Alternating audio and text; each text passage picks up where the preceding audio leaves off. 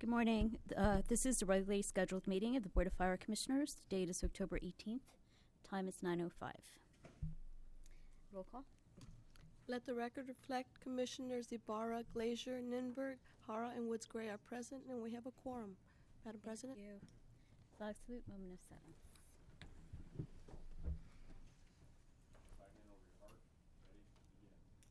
Pledge allegiance to the flag of the United States of America and to the republic for which it stands, one nation, under God, indivisible, with liberty and justice for all. Please join me in a moment of silence to honor past and present members of the Los Angeles Fire Department who devote their lives to the protection of our community. So we begin with Commissioner comments. Great. Good morning. So a quick thank you to the crew at Fire Station 58 for hosting me on Friday night. Had a dinner with them and wrote out a couple calls. I've continued to think about the conversation we had at the last meeting around the budget and deployment. And one of the wonderings I had at that meeting was about how to quantify if and how our EMS resources are overtaxed. I know that it's a complicated endeavor to try to sort that out, and there are some systems that are in place that help us do it and some that are not. But what I would ask, I believe that it's important for this commission to get a full hearing on where we are with respect to our EMS resources and if and how they're overtaxed, what that looks like and where. So what I would just like to request that there be further discussion about this and perhaps an offline meeting where we can sort through what data is available and how to pull the data so that this commission can get a full briefing on that information in the next couple months. So I'm going to put that out there as a request, and I look forward to hearing from whoever I'm going to hear from to figure out how to appropriately pull that information from our systems and be able to report on it. Thanks. So offline. That's what you said. So I will have a conversation. I would ask that I can have a conversation offline with someone to talk about how to pull that information. But in the next, let's say, 90 days, I would like to find a way for this commission to have a full hearing on that information so that we are aware of exactly what's going on with that. Okay? Great. Thank you. Okay. Good morning. I had the pleasure of attending the Taste of Soul Festival on Saturday. It was well attended as usual. I think this is like the 10th or 11th year that they've done this, and each year it gets to be more and more. Thousands of people are there, walking shoulder to shoulder down Crenshaw Boulevard. But it's one of the most peaceful events that we have in the city. It's uneventful as far as everyone's happy. They seem to be very happy getting along with each other, which is really good. And it's a great cultural family affair because there's something for everybody in the family. But I had the pleasure of working with the recruitment team that was sent to the festival, which was really a great team of people, passing out information, talking to people. And there were people who said that they had heard the announcement on the radio, and they had wanted to get information. So that was really good also for them to do that. So out of the thousands, maybe we'll get something out of that group because there were a lot of people there who were interested and surprised that we were actually hiring. So that was news to some people. I visited the command center, and Chief Palacios' people were well put together over there. I was really happy to see that Chief Skelly is working with Chief Villanueva. That's a good team for him to work with. And it's also one of the most impacted areas of the city, the South Bureau, having USC, the Rams, the Soul Taste of Soul, and all of the other events that happen on that South area. They have, I think, the most large events that have happened actually in the city of L.A., in the South Bureau. So the South Bureau deserves accolades for keeping all of those things under control because the Rams games alone are very active events. let's see, we had a lot of inspectors who came out and did a great job. Pam Bakewell, who's the CEO of the Sentinel, thanked me for the services of the fire department and really bragged about how great they are and how much they help her to make sure that it is a success. Something else I observed while I was over at the command center was the fact, something that I've said before, that when you have people who work the same stations in the same events and areas, they really fine-tune their skills. And they were excellent. You could see it. You know, as calls came in, they knew. But it's because these are the same people in the whole room. I talk with all of everybody. The highway patrol, the sheriff, police department, LAPD, they all work the same events together. And so therefore, they quickly can handle issues that come up. And then they know how to organize. I mean, everything was so organized. The people walking down the street didn't realize why it was so peaceful at the festival. But these people, the public servants that we have, our service people, have really worked to make sure that everything runs safely. And this year they had watering stations, misting stations with water in them. So if people got hot, they could go in them. That was new. And then they had a lot of doctors, a doctor station. And so there was just no room for error, it seemed, because the fire department had helped them. And these are the same people who've been doing it over and over. I think it's Mike Fisher and I can't remember the others, but they've all been there together really working on this event. So to me, this really helps me to understand that what I was believing is right. When people get trained in a certain area and know what they're doing, they need to stay in that area at least until they leave the department. But then I commend Chief Villanueva and Chief Skelly for the work that they did there to oversee the team. And I think that's probably it for me. Oh, one other thing is somebody could get in touch with me to talk to me about the youth programs, because Congresswoman Karen Bass's office she has to recruit people for West Point, and she would like to talk to our youth program because she thinks that out of that group, she can get some people who meet the needs of her in her district that would help her to recommend them. So if someone can tell me who that is. Okay, thanks.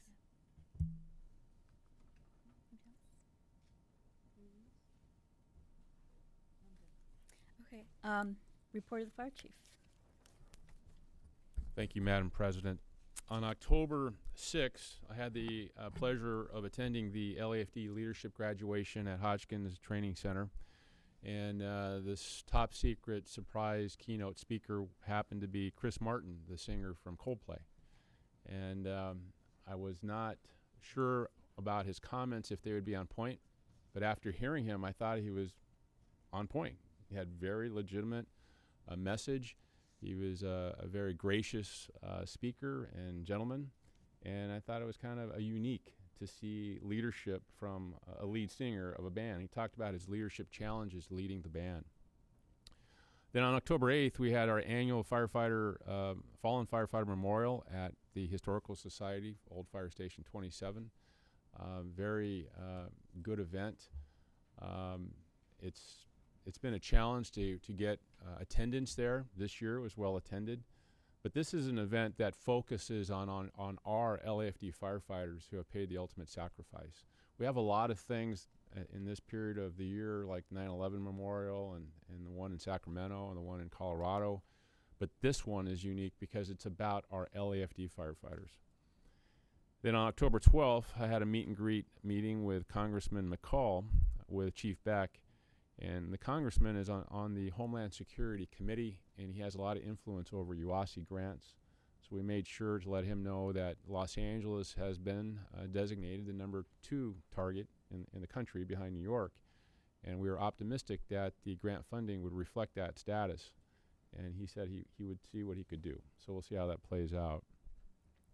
Also on that day, we had the Fire Prevention Bureau Awards of Excellence. We had 3 honorees. We had a civilian, Miss Susie Damian. She's a fire protection engineer associate. She's assigned to plan check.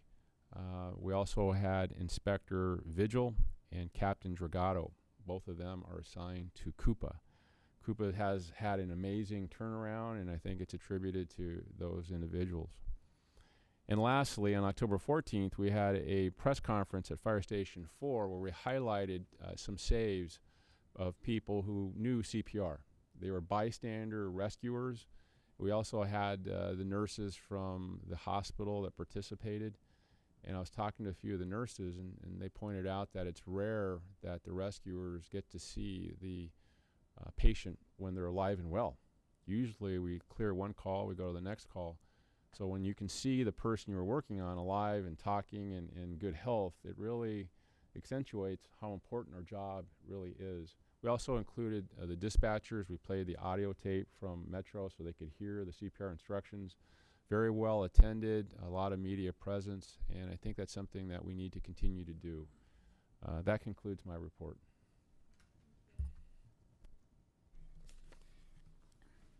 Moving on to verbal report by the department on significant incidents, October 4th through October 17th. Good morning, Madam President, Commissioners, Chief Terrazas, Council. My name is Philip Flegel. I'm a Deputy Chief, Los Angeles Fire Department, of course, Operations Central Bureau. I want to bring you up to speed on a couple of things that are going on in the department. The first thing is an incident we had in the Central Bureau last week on October 10th, approximately 8:45 in the evening. Los Angeles Fire Department responded to a reported structure fire at 455 South Union Avenue. The firefighters first got on scene. They found a 15-story senior living high-rise apartment building with fire showing from one unit on the 4th floor. Firefighters had an immediate attack. They went on with paramedics worked to extend hose lines, shelter residents, and perform search and rescue operations on several residents that had medical concerns. After the fire was knocked down, approximately 5 residents were assessed, and paramedics treated 3 of those residents and transported them to local area hospitals with various complaints. There were no firefighter injuries, and the cause is currently under investigation.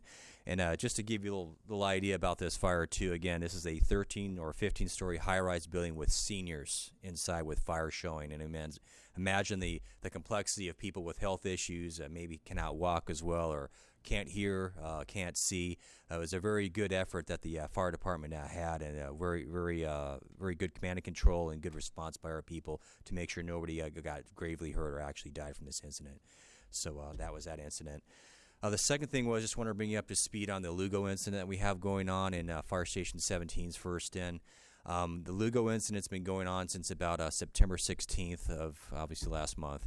What it is a 100-yard by 100-yard by about 70-foot tall debris pile that caught fire back on the 16th. And the problem we've had with it, it's basically a smoldering debris pile that if you're familiar like with compost pile, you really can't put a compost pile out unless you get it, spread it out, and extinguish it fully with water and other agents. The problem with this incident is that it's such in a small, compact area that we can't spread it all out, and we had several different options of trying to make it extinguish it, and we're unable to do that.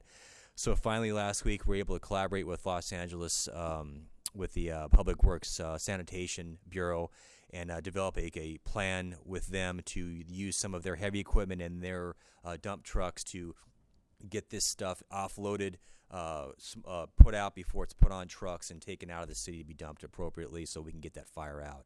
And I'm happy to say we're making really good progress on it as of this week, and we're looking forward to hopefully by this Friday not having a fire department presence there anymore because fire will be completely extinguished, and we'll just turn that over to sanitation to go ahead and get that complete remove all the debris that are over there.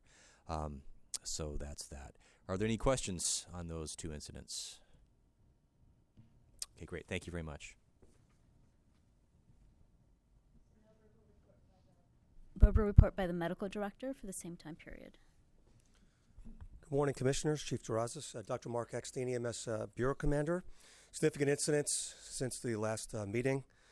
On the 14th, incident 1143 at 63's first in, there was a 20-foot sailboat that capsized, and resources from Station 63 worked with LA County Fire lifeguards, rescuing 4 patients, including 2 adults in critical condition as a result of near drowning.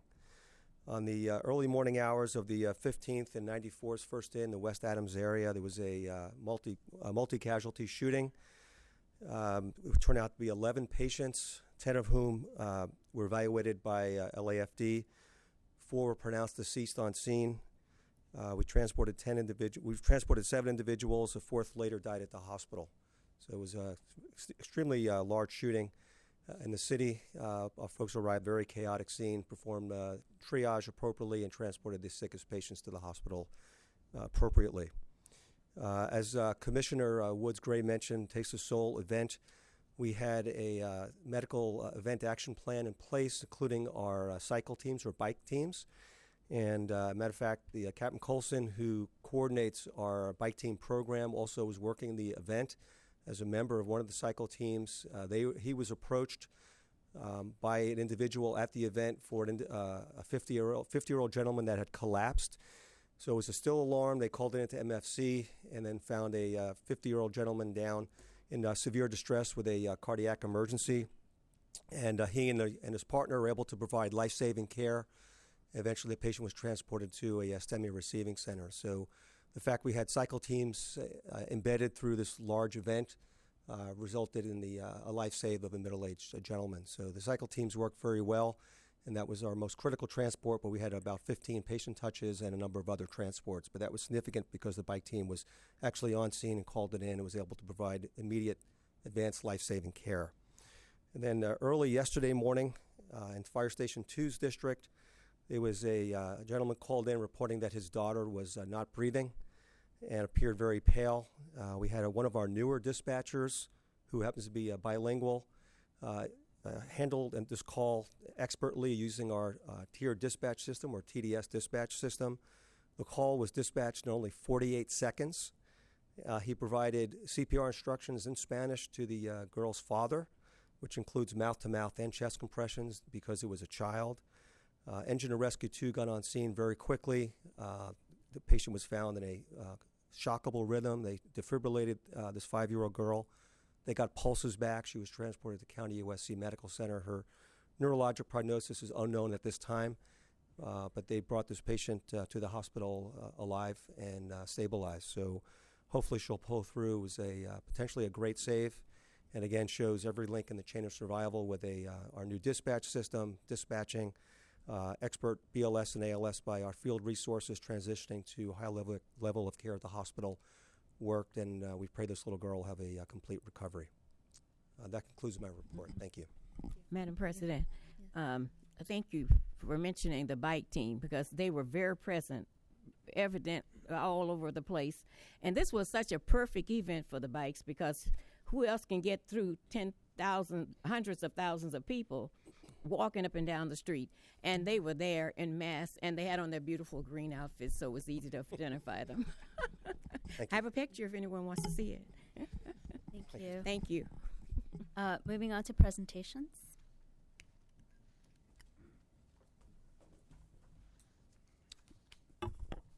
Good morning. Daniel Curry, Captain 1, Public Information Officer for the department.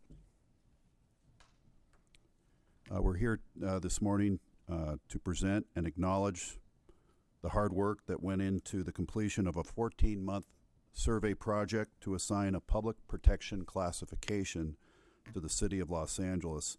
This was a project that was worked on by the Department of Water and Power, members of the Los Angeles Fire Department, and representatives from Insurance Services Office Incorporated.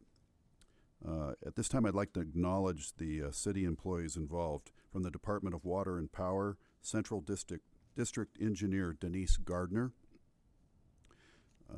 From Metro Fire Communications, Assistant Chief Carlos Calvillo. From MISD Systems Analyst 1, James Zabrano. From the Bureau of Fire Prevention and Public Safety, Captain 2 Matthew Gatewood. From Training and Support Bureau, Deputy Chief Richard Rideout and Assistant Chief Steve Hissong. From Supply and Maintenance Division, Assistant Chief Wade White.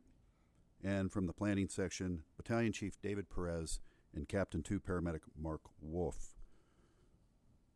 Now I'd like to talk a little bit about Insurance Services Office Incorporated. They're also known as ISO. They're a leading source of information about property and casualty insurance risk. They evaluate municipal fire protection efforts in communities throughout the United States. A community's investment in fire mitigation is a proven and reliable predictor of future fire losses. Insurance companies use this information to establish fair premiums for members of the community. So basically, if better protection gets lower premiums for the customers. At this time, I'd like to bring up representatives from ISO. Western Regional Manager Stephanie Ruskansky and Field Representative Lori Donis. Please come up. And we want to thank you for your efforts on this behalf. Thank you very much. We wanted to say thank you as well for all the efforts that went into this. Again, it was a 14-month process, so thank you very much for everything that went into it. Thank you, Chief. Your staff was wonderful and very cooperative. Appreciate it. Thank you. Did we do pictures? Do we have a presentation? Okay. Okay. Thank you. Thanks a lot. So moving on to consent agenda items. Are we taking up the consent agenda items? All right. Can I move the? I'd like to move the consent items 4A through C. Adopt the recommendations. All in favor? Aye. 5A is report by the department on the status and disposition of LAFD matters, considered and referred to other committees, etc. Good morning, Madam President, Commissioners, Chief, Council, and Sandy. My name is Graham Everett. I'm the Chief of Staff with your City Council and Committees Activities Report from September 30th to October 3rd. There are no additional information available for any council meetings or committee meetings. We were in recess last week, so anything outside of your report, I would have to report back on the next commission meeting. I did find out today, though, that council has been canceled for this week as well, so we'll have something coming through next week. Okay, thank you. Thank you. So 5B's.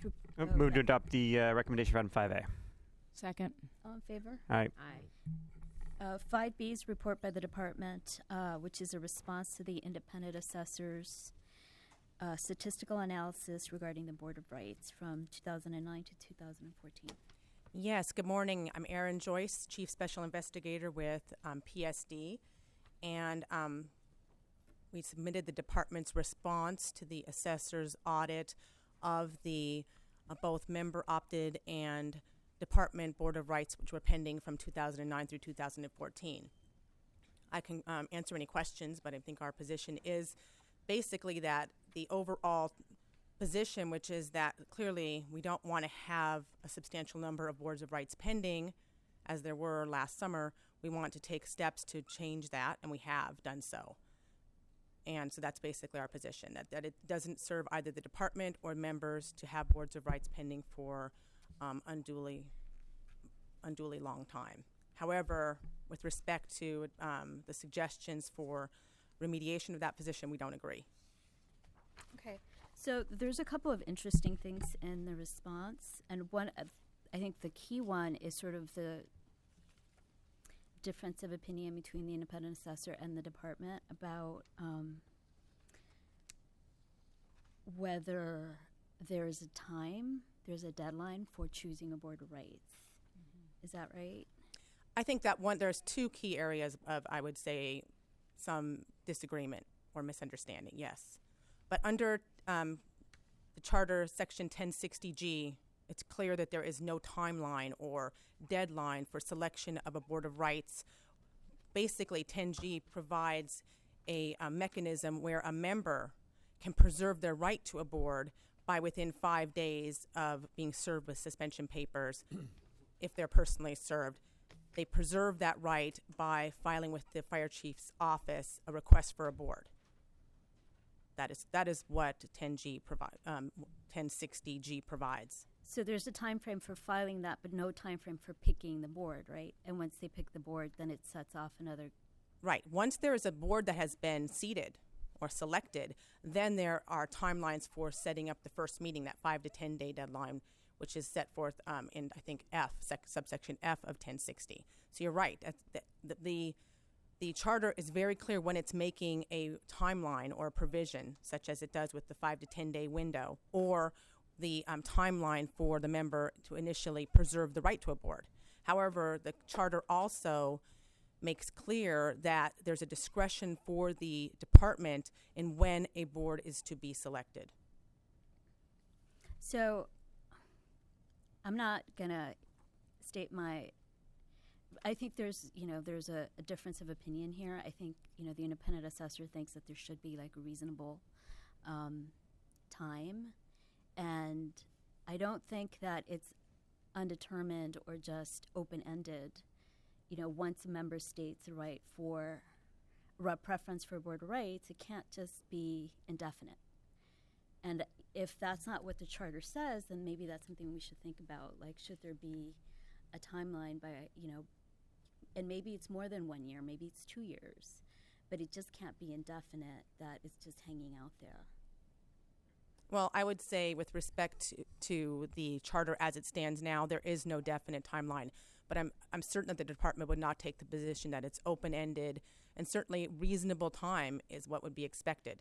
That's what's in the benefit of moving any case forward for preservation of witnesses, testimony, and really for the whole purpose of discipline, which is to correct behavior. If you have something that's so remote in time from the potential misconduct, it makes it much less effective. So certainly the department is committed to quickly and within a reasonable time taking cases that warrant a board of rights to a board. So I think that is true.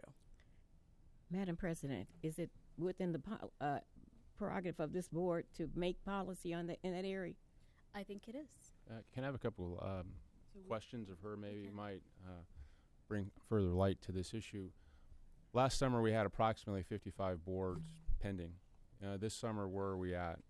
How many boards do we have? This summer, of those 55 cases, I would say we have a handful of cases. I think when we went to Firestat on the 6th, we had less than 10. I think it was like 7 cases that didn't have some type of settlement either completed or in the works that were actually still pending boards. Of those 7, I can say, having assessed those cases myself, many of them are not going to go forward to boards because they're most likely either to be resolved by settlement or going to be closed altogether. How many new ones do you have opened? Of the new cases, honestly, we are keeping current. The new command structure in PSD is committed to, it's not like the cases that are being adjudicated in the last, maybe since March, they're not getting behind all of those 56 cases that were pending a board. What they're doing is they're being handled appropriately and timely now. Many of them have already been resolved that have been adjudicated since March. Of those, I would say we have some cases that are very, very recent that are going to be pending boards, but we're talking within less than 5 months old, maybe 2 or 3 months old. The point that I wanted to make is that because we have less pending boards, there will be no longer those long delays. For a couple of years, there was it was clogging our system, and the boards got stacked up. But the other question I had is, did you seek a city attorney opinion on the practice, what the charter language says? There was a city attorney opinion that sought probably the end of last year concerning this issue, and that was a joint request by both the department and the assessor. And the city attorney opinion, in a nutshell, agrees that this charter as it stands does not set a timeline or a requirement or deadline for instituting or selection of the board once the right to have a board has been preserved. That's one thing. And also the city attorney opinion states that any drastic change to the current practice, which is to when a member preserves their right to a board, that member is not going to serve their suspension until the board has been completed. Any change to those kind of procedures would require a meet and confer with the union. And I agree with that, the department's position on that. Like, it doesn't make sense to suspend a member without pay if there's no adjudication yet. That doesn't make sense. So that's fine. My big concern is just that there's still like an indeterminate time between, when somebody gets charged and when a board of rights actually happens. Well, can I answer just as a practical matter? Yeah. Because of the number of chief officers that are available and the difficulty in selecting boards, there was a prior city attorney opinion, and I haven't seen it, but I've heard of it, that you can only have 3 seated boards at any one time without exhausting the number of chief officers. Because the way that boards are selected is that other than those that are disqualified because they're either in the direct command staff or or there's other specific reasons why they will be taken out of what, like the U-Bahn can. Literally, it's like a U-Bahn can. All the other names are put into, you should come and watch this. They're put into the can. And then the member who's selecting a board gets to select 6 names. And then they're left with those 6 names for a certain amount of time. And then of those 6 names, they select 3 that are available. Okay, so then when those 3 members are selected for that board, they're ineligible for the next selection. So it really becomes, the whole system would fall apart if you had so many boards that are in place at one time. So we don't want to be selecting boards when there are other options prior to selecting a board available. And I would tell you that the department is committed to moving forward quickly and appropriately on the cases that have been fully adjudicated for which the department is seeking a suspension. And we've been very successful up till now looking on getting cases in a position to either resolve prior to a board or getting ready to select a timely board. But it seems like because we haven't had that many boards, it seems like there was never a risk that you would have overlapping people on Board of Rights anyway, right? If there was a position where by a deadline to select a board, I think we would run into that problem almost immediately. So I think that is not just a hypothetical problem, but also it's really a resource waste and drain when, in fact, once a case has gone through a Skelly process and suspension papers have been served and the member preserves the right to a board, this is another one of those windows during the life of that case where settlement options can be explored. Sometimes it's not until the Skelly and even thereafter that a lot of mitigating evidence or even exculpatory evidence comes to light. That's going to change the whole way the case is going to go proceed. And now that the department has more autonomy or discretion, especially that adopted by this commission, the idea of an education-based discipline, which we're trying to move forward with formally and encountering a little bit of resistance and just getting that formalized, but certainly it's something that's working now to get members the education that they need. And those kind of cases, those are the vast majority of cases.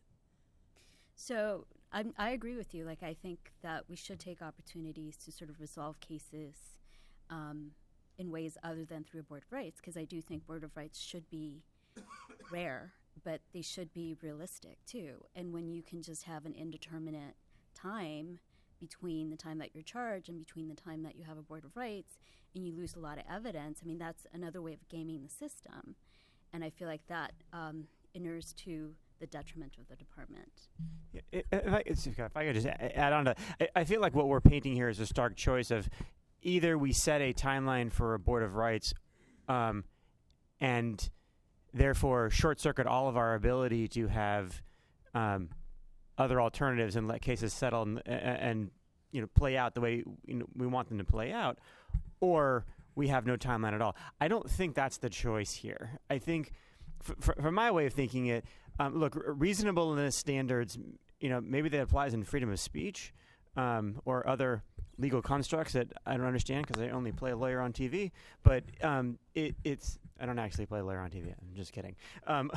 But in this case, I feel like we can set a standard here where we say, look, there is some point at which it's too long, and we should write that down. And I should also say, yes, you are doing a good job of processing boards of rights. That's not really at issue at this point. But what we have seen in our short 3-year tenure is multiple changes in PSD, and we're on our 3rd chief.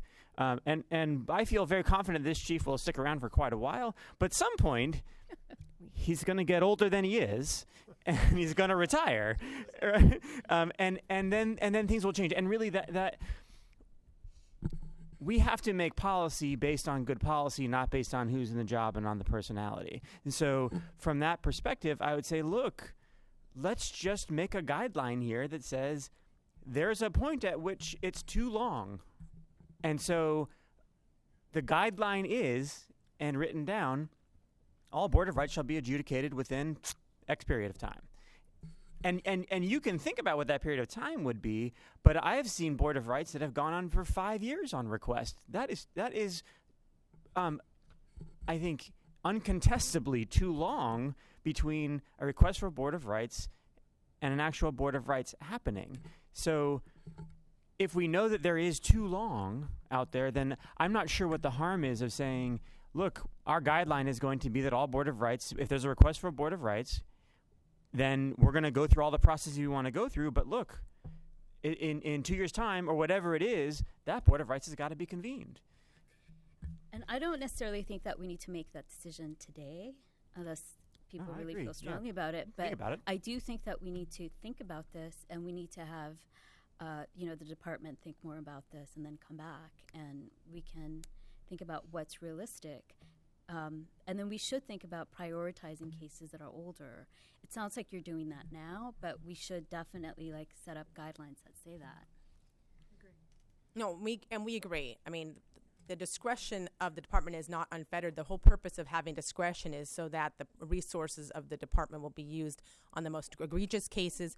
I'll tell you, one of the main considerations for determining which board is to be conducted first is whether or not the member is on administrative detail or not. There are certain cases, and one whole area of cases where the member will not be in position or working will be if they're facing a felony charges. Those cases, those members are on administrative detail to the department, collecting their pay. So those cases, once there's been a completed investigation, once the Skelly process has been completed, once suspension papers have been served, those are the cases that have to go first, because those are the ones that are costing the department the most significant expense right away. So I don't Those think may very well jump ahead. No one's questioning the discretion and your judgment on that. Let's just be clear. I haven't heard anybody question and say you're doing it wrong. I think what you're hearing up here is, look, this stuff should be in a matter of policy and it should be written down. And you guys should think about what the right policy is, but it shouldn't be indeterminate. And so I think that the board president is correct. We don't need to decide this today, but it does need to be decided where we come up with a policy where we say, look, the guideline is that if someone requests a Board of Rights, it will be adjudicated within X period of time. And you can think about what X period of time is, but it can't be indeterminate. Just tell us what it is. So, because the other thing is, if you don't tell us what it is, there's no way for our independent assessor to evaluate whether or not we're following our own policy, because we don't have a policy. So for those purposes of being able to say, look, we're in policy, we're doing it the way we said we're going to do it or not, this stuff's got to be written down. So certainly I very much support the board president's request on this, that we come up with something and that it's written down in the policy. And you guys should think about it and let us know what it is and bring it back, and we'll talk about it and adopt it. So what we'll do is we'll consider what the appropriate framework should be for consideration as to when a Board of Rights, after the right to a board has been preserved, what the timeline should be and what factors should be considered in determining the timeline. Because I would think it's not cookie cutter. There'll be certain cases based on certain factors. It's going to be probably a one-size-fits-all timeline is not what I would imagine. But that's what the kind of report that we'll come back with. So, and also, you could look at the civil litigation guidelines. I think there's a 3-year time frame that you have to bring. 3 years, I think. I thought it was 5 years, but yes. A long time, yes. Okay, so 5 years probably. And then there's things that toll it, for example. And so we can have something similar, if there's, certain issues that we face a lot where you want to toll it, then, we'd come up with guidelines like that. But there should be some sort of framework. The department will come back with a recommended guideline, but I do want to take the opportunity to acknowledge the good work of PSD. Oh, yeah. Ms. Joyce has done great. Chief Crowley and her entire staff have done great work. 2 years ago, we had about pushing 400 active complaints total. Now, last number I heard was 160.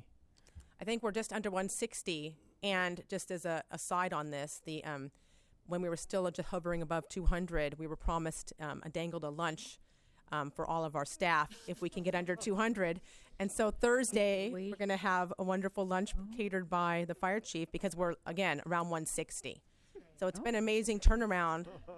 The next lunch will be at the 100 mark. So PS has done very good work. We're very proud of you. Thank you. And I just want to reiterate that and what Commissioner Glazier said. We're definitely satisfied with the work.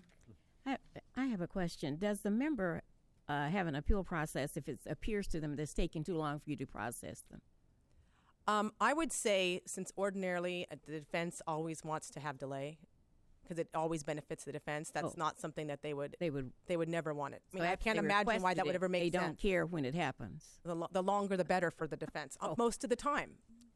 Yeah. Oh, I see. Okay. Thank you. Because I did hear complaints once upon a time. Thank you. Thank you. We have one comment from Mr. Tony Gamboa from UFAC.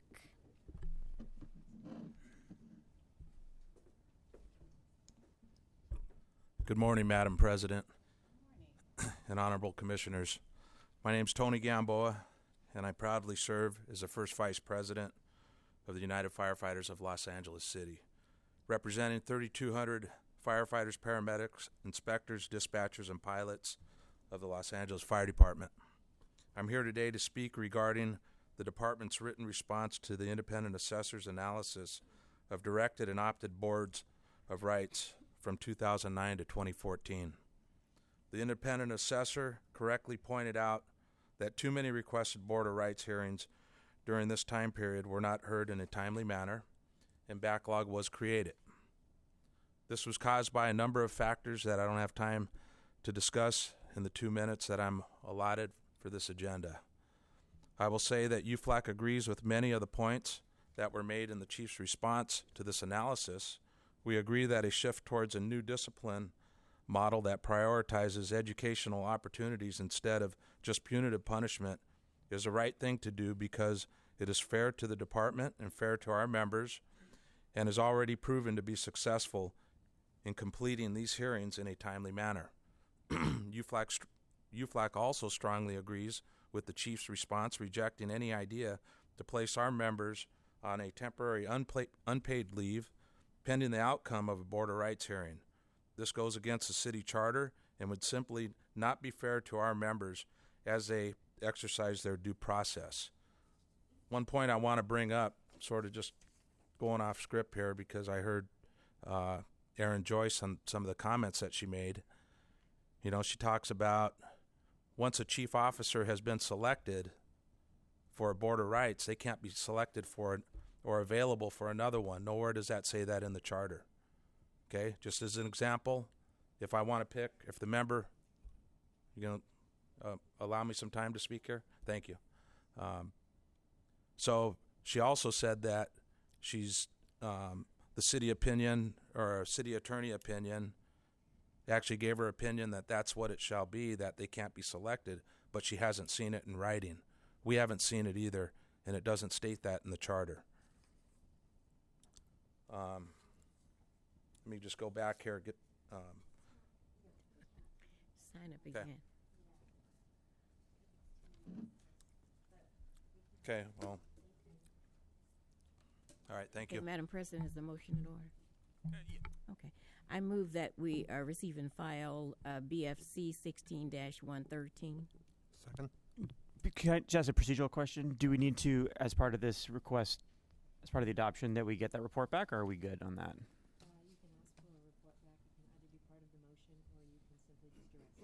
Okay, I think that direction's out there. Okay, sorry. Thank you. Second. Yeah. All in favor? Aye. Aye. 5C's report by the department on mental health training errors. Hello again, Commissioners. Dr. Mark Eckstein, Commander EMS Bureau. Reporting back on our approach to mental health issues. As you know, mental health emergencies comprise a growing percent of our emergency responses. Very challenging for our members, and obviously we want to help these vulnerable adults having their mental health crises. So in partnering with our new department psychologist, Dr. Weldon, we'll be creating an online mandatory training program through our Target Solutions, known as the AIRS program, which is an acronym. The A stands for awareness, I is for identify, which is identifying those with mental illness, and also avail members and the public of the available resources, and also make a heightened level of sensitivity for everybody in terms of responding to individuals with mental health crises. Again, this AIRS program will be implemented as part of our Target Solutions online training early in 2017. Also, as you know, one of the missions of our Nurse Practitioner Response Unit is responding to mental health emergencies and medically clearing these individuals on scene freeing up our emergency resources and transporting patients with mental health crises directly to psychiatric urgent care facilities. As we move to expand our NPRU program, we believe that that unit will take on a greater role in terms of dealing with mental health professionals. But we agree that mental health crises is an important aspect of what we do. This training will be very valuable to our members, and we want to make sure they're aware of the resources available, identify these individuals, try to distinguish between what's a medical emergency, what's mental health, if that's possible in the field, and those individuals who would be best served bypassing an emergency department and going directly to a psychiatric urgent care facility. We want to certainly increase that option to help these individuals. As you know, we sent over 20,000 resources last year to mental health emergencies. So this is having a huge impact on our membership and obviously even greater impact on the citizens that we serve.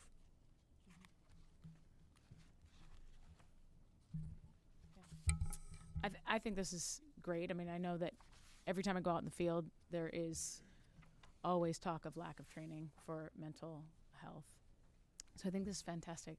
I just had a question on what the format is. You said it's going to Target Solutions. Dr. Kristen Weldon is developing it. How long is the program? Are there supplemental materials? And it says it's accredited. You get credit for it. Who accredits? Is it the state? Yes, ma'am. So Target Solutions is our online continuing education program for our paramedics and EMTs. So they get CE credit for completing the program. It's like any standard online training program where there's video vignettes, slides, and mandatory quiz. And upon successful completion of the training program, the member gets CE credit. We haven't determined the precise duration of the program, but we want to make it as easy as possible for our members to complete the training on duty at the fire stations through Target Solutions and make it as meaningful as possible. And I think by having our own new department psychologist develop the program, being an expert in behavioral health, to make it more meaningful than a generic off-the-shelf mental health training program, which might not particularly be germane for first responders. Excellent. Thank you. Just a question. This is great. Appreciate all the work gone into it. I agree with Commissioner Nimberg. I hear a lot about it in the field from the crews out there that they need this. There was recent state legislation that actually, I don't know why state legislation was required, but it opened up post-training around mental health interactions to fire departments specifically. Has that been used? Will that be useful for you guys, or does it not really make a difference? Well, as you know, POST is geared to law enforcement. Sure. I think the value here, because there's so much on the plate of our members in terms of mandatory training and training that through the chain of command we deem would be most helpful to them to improve in their skill set and make sure they're safe in the field, given all the hazards that they face. We want to make the program as meaningful as possible. So I think this customized program designed specifically for our members, not just in terms of what constitutes a mental health emergencies, but the local resources available through the city and county agencies as well as non-governmental agencies, I think will be the most value to our members. So post-accredited training and there's other training out there, but it's a question of most bang for the buck, as it were. There's very limited training time and a lot of information for that folks have to master. So we want to make this as meaningful as possible. I'm confident Dr. Weldon will do a great job in that. As you mentioned, it's training that's greatly needed. I also might add that we've had Dr. Weldon provide training to all our dispatchers. As you know, they have an incredibly stressful job. They often are on the phone for upwards of 10 minutes or more to patients who endorse suicidal ideation, sometimes with weapons or drugs. And they're waiting for police to arrive to clear the scene for our folks to enter. And they haven't had that training of how to talk people down and de-escalate in terms of verbal de-escalation and what other resources might be available through the phones. So MFC is a critical component, and they've already received training from Dr. Weldon. They'll have more training, and that's already been very well received. Great. And just to be super clear, so this is different than what they would get in a normal EMT program. This is far more comprehensive, correct? Yeah, this is correct. This is the same format as online EMT programs, but this is specific and customized for our membership. Very good. Thank you. And how long was and what was the training like for dispatch? It was at lineup for all 3 platoons. It were several hours. And talking to my dispatch manager and some of the dispatchers, it was extremely well received. I've personally spoken to dispatchers after taking some of these extremely challenging, heartbreaking calls. It's not just for their own mental health in terms of the stress of our members and dispatchers, but how do they provide the best assistance to de-escalate the patient over the phone till help arrives so they don't go ahead and complete the act when they're suicidal with a weapon or drugs and so forth. So it was several hours. So it was a big time commitment in terms of V hours and logistics. But I think it was very excellent training and, again, very well received. Excellent. Thank you. Dr. I was just sorry, going to go ask, how often are they going to get training again? You know, so if they have training once, refreshing course, is it annually? Is it biannually? It's a great question. We haven't delineated that. I would expect to make it annual training. Great. Excellent. Okay. Dr. Epstein, will the training involve mental disabilities as well as mental illnesses? Because we've had a lot of incidents recently. It wasn't illness, it was a disability. Yes, ma'am. That's an excellent point. It's often difficult to discern whether an individual has special needs, is mentally challenged, is under the influence of illicit medications, prescription medications, or has what we call an organic medical emergency. So that is an important part of it, because as we know, some of those tragically end up in use of force with law enforcement. So yes, that will be a part of the training. Oh, good. Thank you. Okay, can I move to adopt recommendations for item 5C? Oh, sorry, did I cut you short? No, Oh. that's fine. Okay. Second. Had a second? Second. All in favor? Aye. Thank you. Thank you. Thanks for your work. Thank you. 5D is report by the Department on the First Amendment Agreement between LAFD and the Regents of the University of California regarding air medical clinical care coordination. Good morning, Commissioners, Chief, City Attorney. I'm Bill Jones with the Administrative Services Bureau, Manager of Contracts, Grants, and EMS Billing. Before you today is the First Amendment to UCLA Agreement C-128005. This First Amendment is being issued to cover additional expenses incurred in the that are related to the training of paramedics in the Air Operations Division.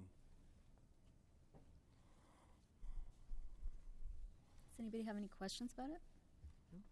Okay, move to adopt the recommendation for item 5D. Second. All in favor? Aye. Great. So we don't have any public comments, so we can adjourn. Move to adjourn.